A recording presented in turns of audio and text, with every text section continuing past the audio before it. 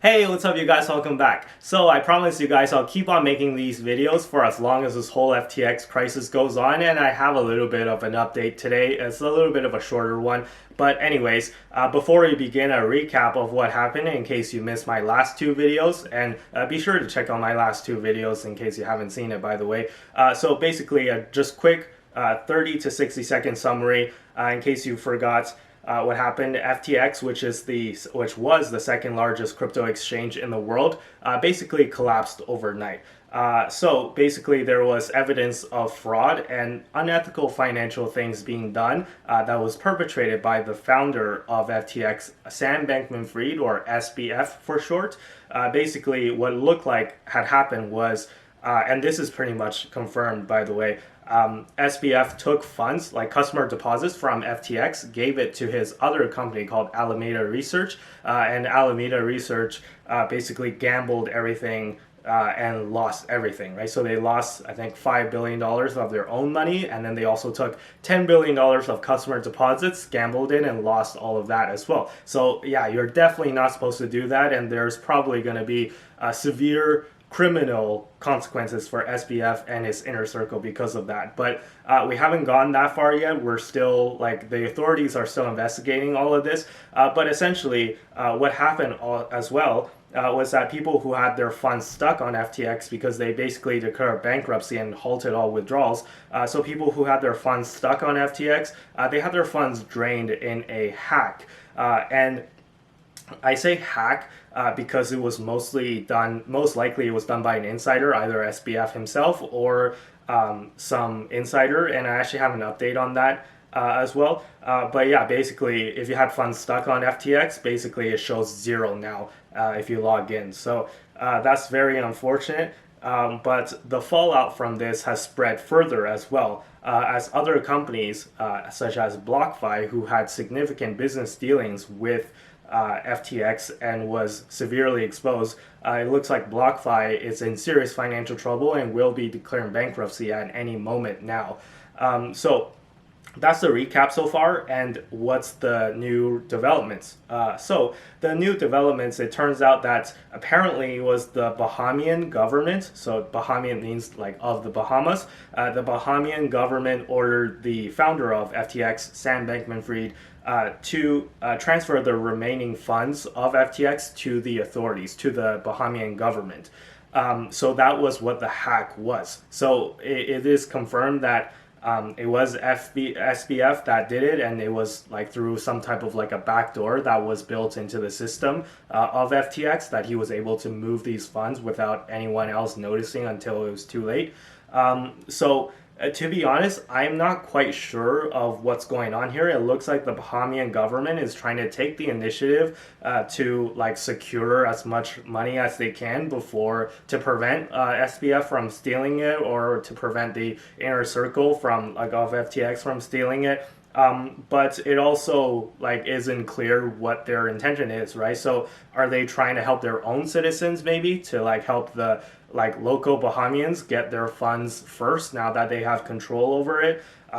Because most of the funds that were stuck on FTX actually belong to people all over the world, right? So it was mostly funds that were belong to FTX.com that were held on behalf of customers, and FTX.com operated in basically all over the world, except for the US, which FTX.US was its own kind of separate entity. I say separate, but they've all declared bankruptcy and they're all caught up in this, right? But yeah, so I'm still following this story and I'm still trying to unwrap all of this. So just TBD so far on what all of this means, but essentially that's the update. In other news though, regarding more fallout from the FTX crisis, I already mentioned BlockFi earlier, but another crypto company called Genesis apparently had big exposure to FTX as well, and they're seeking an emergency bailout of $1 billion by this upcoming Monday, just to keep the lights on, just to keep running.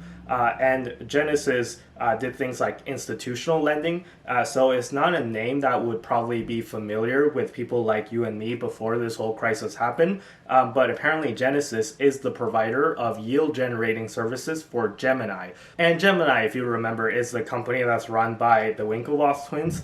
And yeah, Gemini Earn has paused all withdrawals. Although Gemini, the actual exchange, is still up and running and you can still withdraw as long as you didn't have your funds on Gemini Earn. But yeah, Gemini is in a little bit of an hot water too because of this whole crisis. So yeah, it's just one thing leads to another, right? So Genesis also did lending and provided services for a lot of other companies as well. So we'll see what the fallout of that is. But essentially, that's the big news so far. And it's never a good sign when a company or exchange has to pause all withdrawals. They say it's a temporary pause, but you know, it's never temporary, right? Usually when these things happen, it's permanent and you're not going to get all your money back as soon as a exchange pauses withdrawals. So as I said, I'll keep on making these videos to keep you guys updated. And this is my third update video. So if you want to see the previous two, go check out my channel. So for the latter half of these videos, I usually throw in some of my own thoughts. And for this video, I'd like to share some of my thoughts about the importance of self-custody of crypto. So I think this whole crisis has illustrated the importance of self-custody. And what I mean by self-custody is having your own wallet, either a hardware wallet or just using a software wallet on your app or desktop, on your phone or desktop.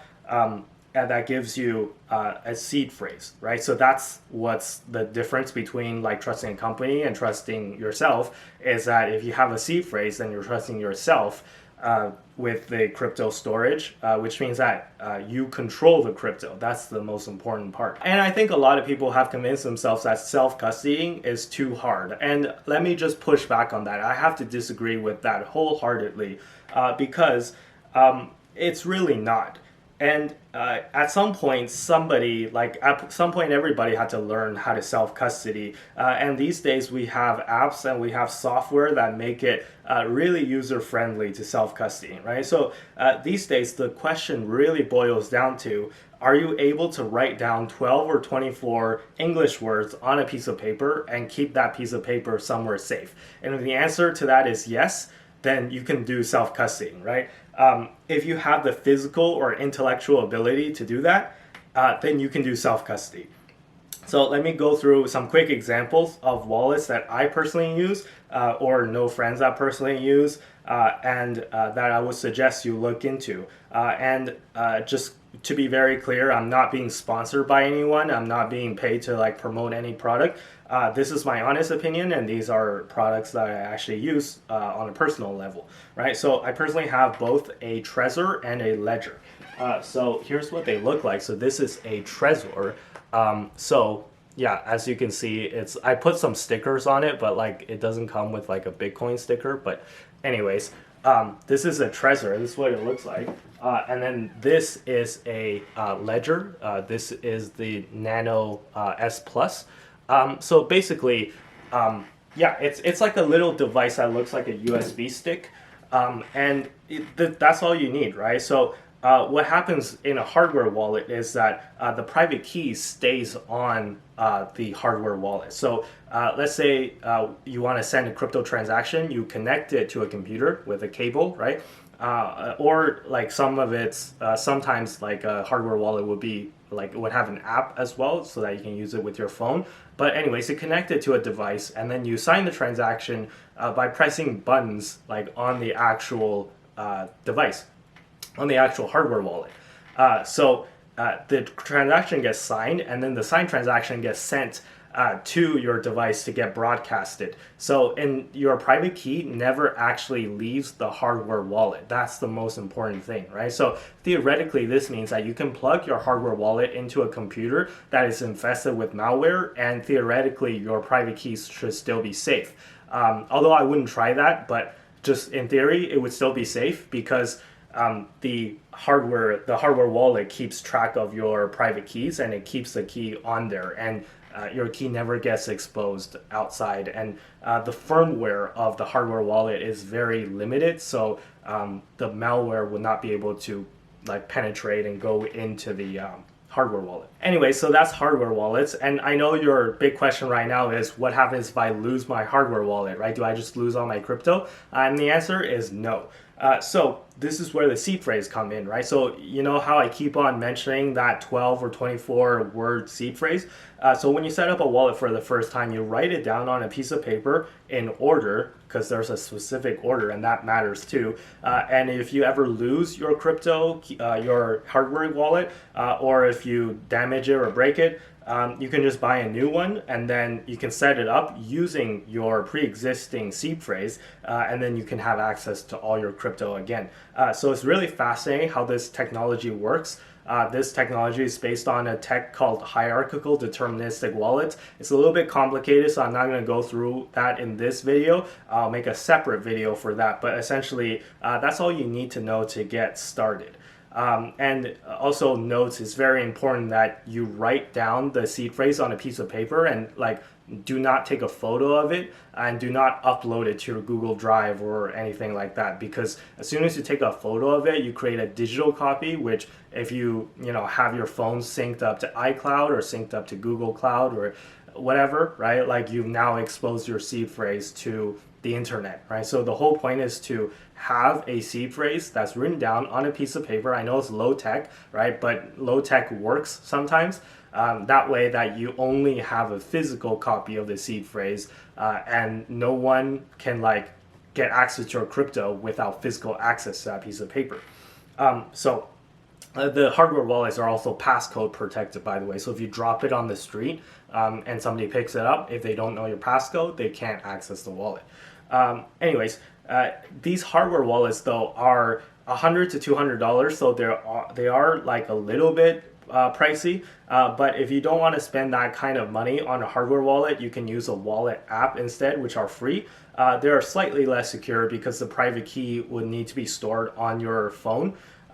If you're using an app, which of course is an internet connected device, but I'd say that it's secure enough for most people, and of course it's free.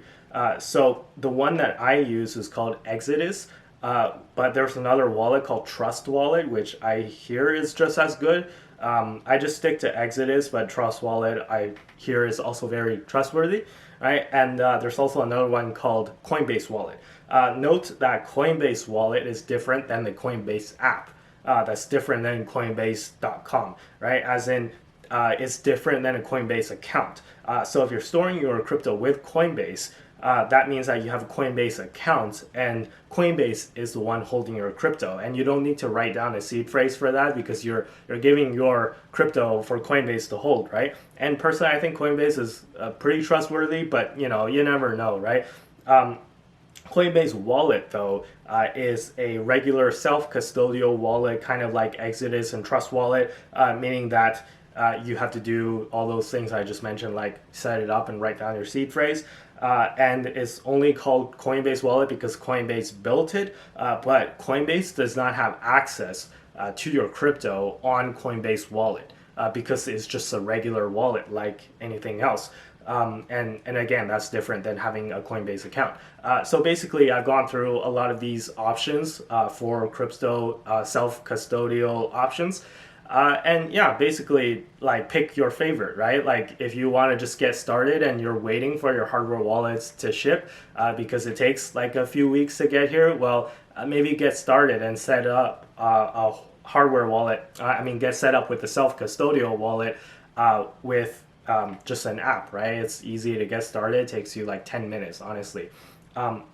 So yeah, anyways, I do encourage everyone holding their crypto to be a little bit more responsible. And I know these things could be a little bit intimidating at first, but I just see it as technology, right? As technology evolves, people who were driving horse and buggy before and be like, oh, now I have to learn how to drive a car. How annoying is it, right? It could be a little bit annoying in the beginning, but in the long term, I think it's like a must. Thank me later. It'll benefit you when you don't lose your money on like FTX because the crypto exchange collapsed or something, right? So this is a tale as old as time. Back then there was a crypto exchange called Mt. Gox, which also collapsed, and people lost a ton of Bitcoin back then, even more than the FTX crisis, even though Mt. Gox was like, 10 years ago or something. But anyways, I'll leave the video here. Be sure to give me a like if you enjoyed the video, and consider subscribing if you like this series. Be sure to follow me on Twitter and Instagram, and I'll see you guys in the next video. Bye-bye.